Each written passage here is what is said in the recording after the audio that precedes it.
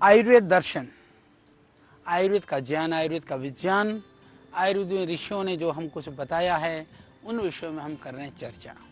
अपने जीवन को सुंदर बनाने के लिए, रोग से बचने के लिए, आई हुई बीमारियों को दूर करने के लिए। तो अभी हम स्वस्थ वृत्ति के अंतर्गत ऋतुओं के संदर्भ में चर्चा कर रहे थे और आज हम चर्चा करने वाले हैं हेमंत और शरद की बात हो चुकी है। आज हम वार्ता करेंगे अभी वसंत ऋतु के संदर्भ में। इसको वसंत ऋतु कहा जाता है। वसंत या बसंत भी लोग बोलते हैं, दोनों शब्द से वसंत ऋतु का ही ग्रहण होता है। तो मैं कहीं पर बसंत बोलूँगा, कहीं वसंत बोलूँगा, तो एक ही चीज़ को आप समझें, तो वसंत ऋतु। यदि हम आहार विहार की दृष्टि से देखें तो वसंत ऋतु को सब ऋतुओं में ऋतुओं का राजा कहा गया है।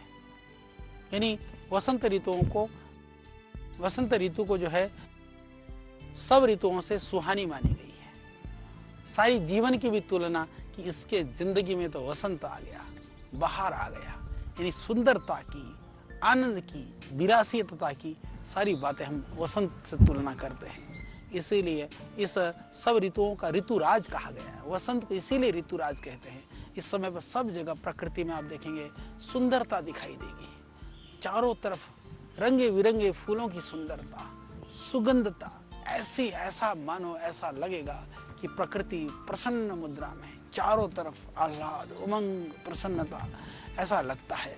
यह ऋतु शीतकाल और ग्रीष्म काल का जो संधि का समय है, उस समय पर यह ऋतु का आगमन होता है। वसंत का आगमन जब होता है तो चिड़िया कुहू कुहू करने लगती है। वसंत ऋतु में इतनी तरह की आप देखेंगे पक्षियों का कलरव होता है, पुष्पों का जो है खिलना होता है, रंगे बिरंगे फूल चारों तरफ खिल रहे होते हैं।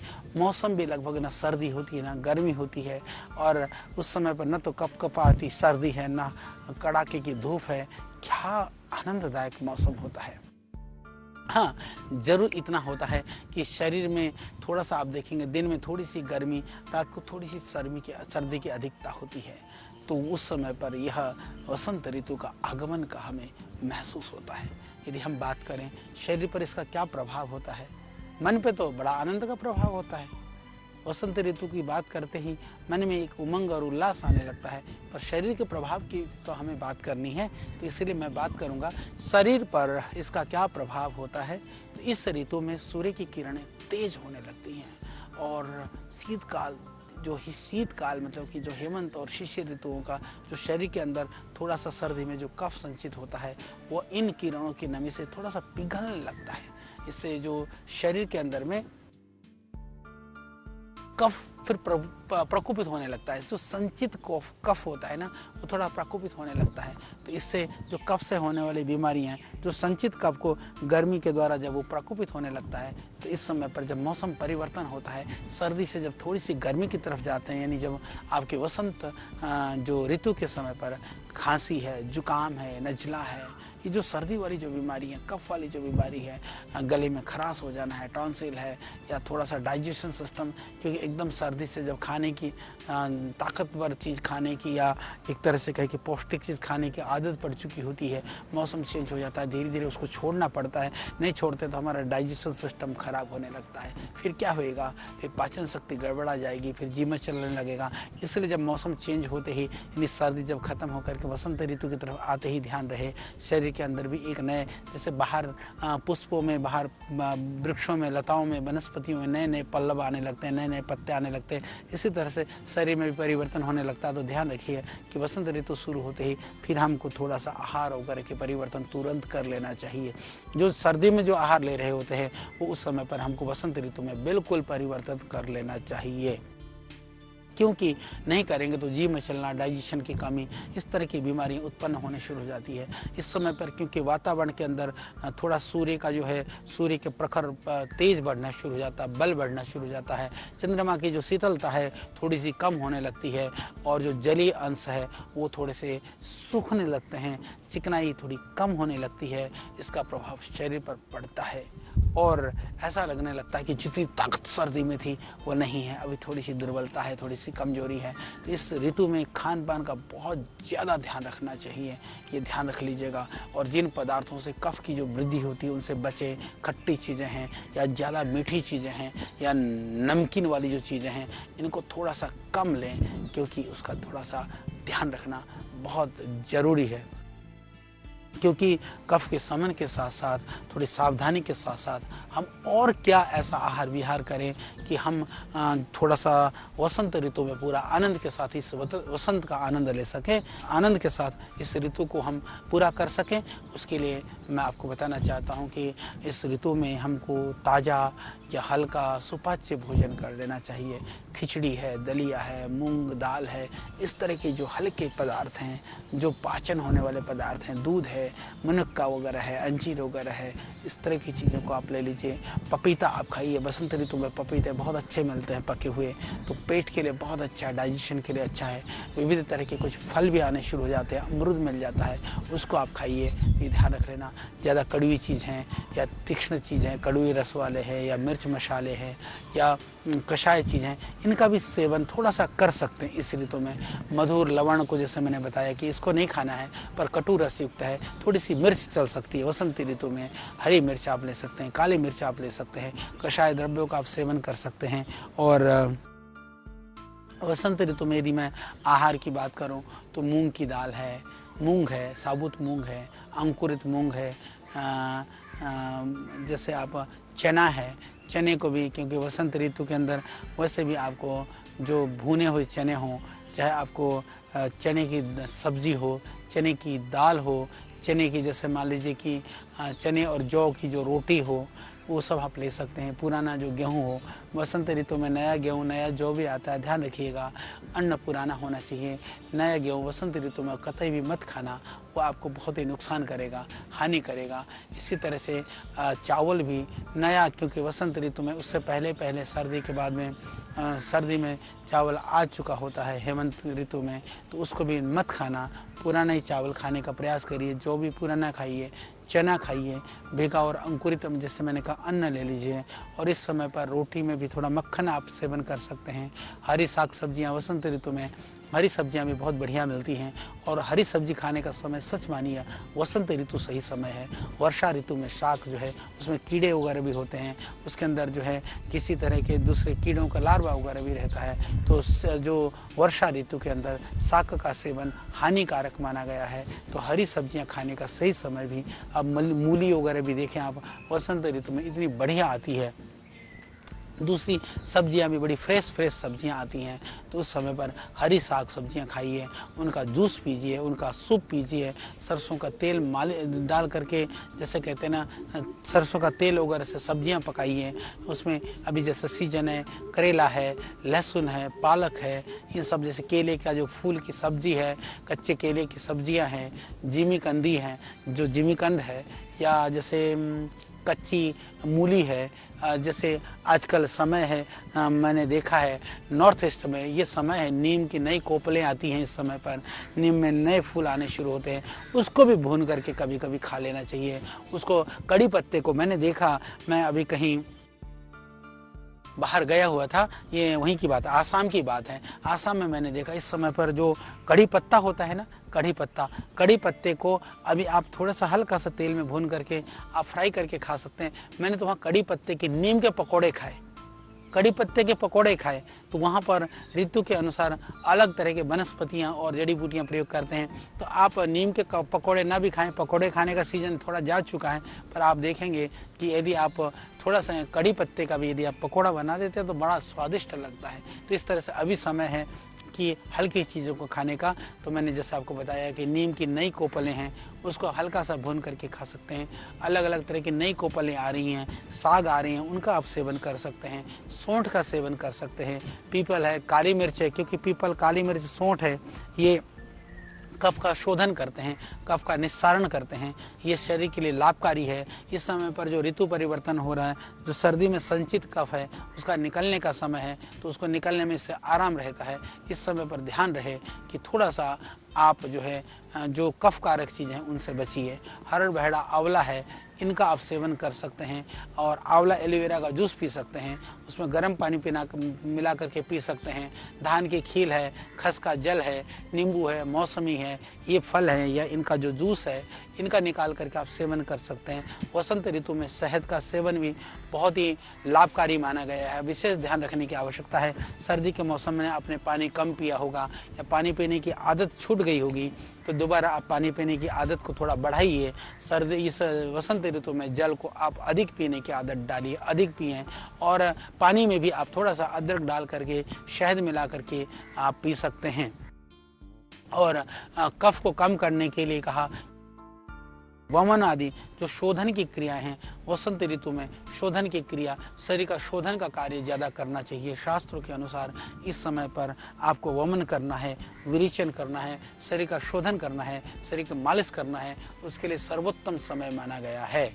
और इस समय पर जो हरड़ की जो मैं बात कर रहा था, हरड़ को यदि आप रसायन के रूप में सेवन करना चाहते हैं तो हरड़ के चूर्ण में वसंत ऋतु में आप शहद मिला करके सेवन करना बहुत ही उपकारी है, बहुत ही लाभकारी है। यानी कि इस समय पर आप हरड़ को रसायन के रूप में, जैसे मैंने बताया, आपको उस समय पर जैसे हमने कहा कि सौंठ डाल करके हरड़ का सेवन शिशिर और हमने हेमंत में, इसी तरह से अभी आपको लेना है हरड़ को लेना है, अभी आपको शहद मिला करके चाटना है।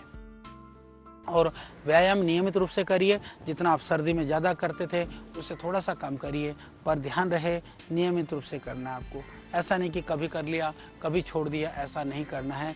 नियमित रूप से आपको व्यायाम करना है और सूर्योदय से पहले उठना है, भ्रमण के लिए जाना है, तभी आपका स्वास्थ्य ठीक रहेगा।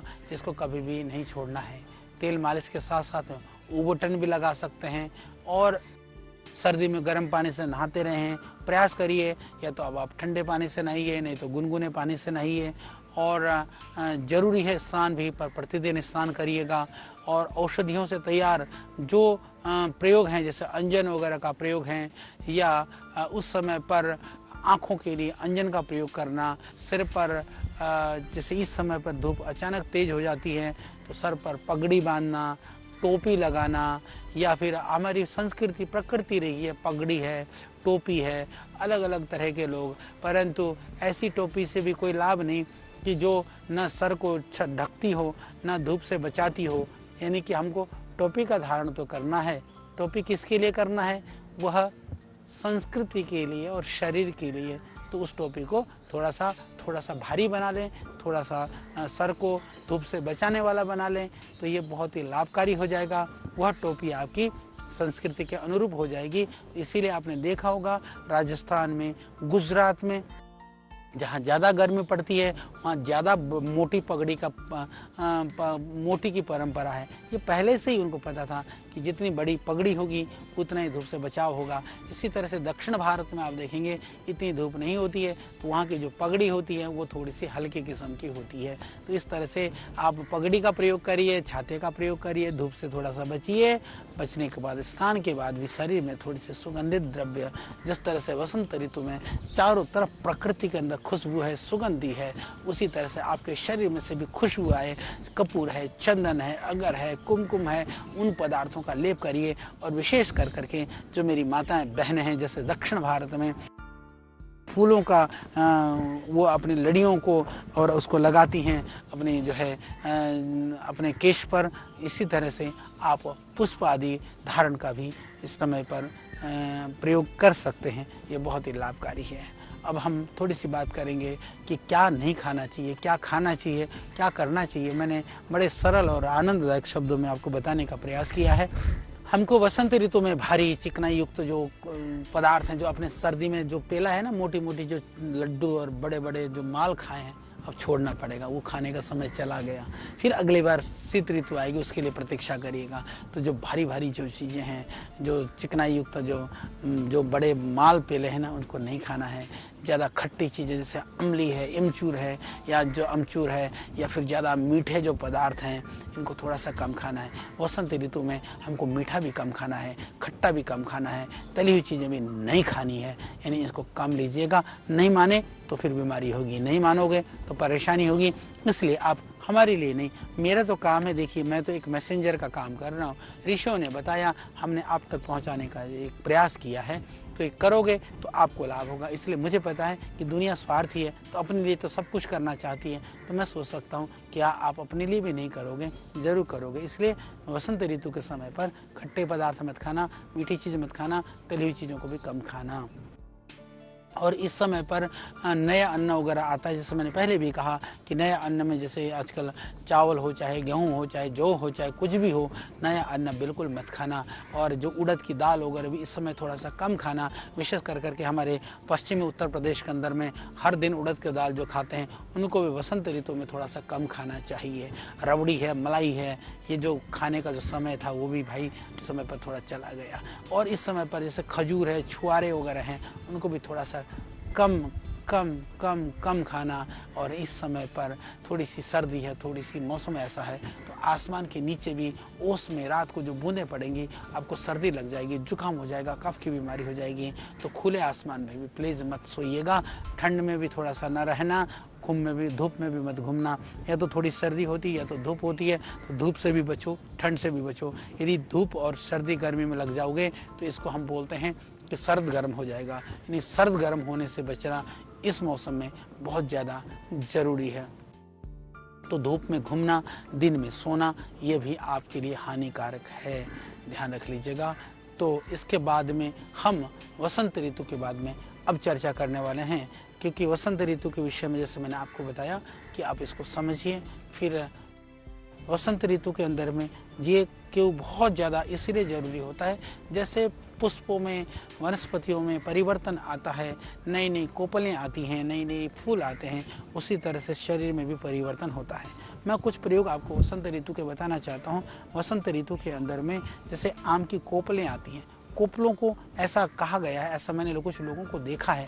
हालांकि आप किसी का बाग को मत उजाड़ देना, जा कर के आम के परागों को यदि आप हाथों से रगड़ते हैं, कुछ दिन लगातार इस क्रिया को करते हैं, 10, 15, 20 मिनट करते हैं, तो ऐसा माना गया है कि वो पूरे साल भर, कई साल तक, जो किसी को बिच्छू डंक मार दें तो बिच्छू मारे हुए को यदि हाथ फेर देते हैं तो इतनी उसके अंदर औषधीय गुण आ जाता है कि उसको बिच्छू का डंक का दर्द खत्म हो जाता है। इसी तरह से हमने देखा कि इस वसंत ऋतु में क्योंकि नया खून भी बनता है, खून में भी परिवर्तन आता है, तो जो नीम की कोपलें जो है सुबह प्रतिदिन 8-10 कोपले को यदि प्रतिदिन सेवन करते हैं, उसको इस वसंत ऋतु के अंदर यदि आप लगभग 1-1.5 महीना भी यदि खा लेते हैं तो वर्ष भर बुखार वगैरह होने की जो संभावनाएं खत्म हो जाती है। वसंत ऋतु में विशेष कर करके शोधन के लिए काढ़ा पीना चाहिए। इस समय पर आप मुलेठी का काढ़ा पीजिए। इस समय पर आप जो है चिरायता, नीम वगैरह का काढ़ा बना करके पीजिए, इससे रक्त का शोधन हो जाएगा। इससे आप देखेंगे कि पूरे साल भर के लिए आप विविध तरह के रोगों से बचोगे। यानी कि पूरा जो शोधन की जो क्रियाएं हैं, रक्तशोधन की जो विधाएं हैं, जो काढ़े वगैरह से, जो हम कषाय वगैरह से अपने शरीर को ठीक करने का यह अद्भुत समय है वसंत ऋतु। तो इस वसंत के, बाहर के वसंत को अंदर में धारण करने के लिए हम इन आयुर्वेदिक उपायों को, इन विधाओं का करें। जैसे हमने कहा कि समय पर तेल मालिश वगैरह करना भी ये बहुत ही लाभकारी है, बहुत ही ये हमारे शरीर के लिए बहुत ज़रूरी है। तो इन सामान्य उपायों को, इन क्रियाओं को करके अपने आप को आप स्वस्थ रख सकते हैं, निरोग रख सकते हैं। फिर हम चर्चा करेंगे ऋतुओं के संदर्भ में। हमने वसंत की बात करी, हमने हेमंत शिशिर की बात करी, अब हम बात करेंगे ग्रीष्म ऋतु के विषय में। तो इस कार्यक्रम से जुड़े रहिए, लगातार इन कार्यक्रम को आप देखते रहिए। ओम नमस्ते।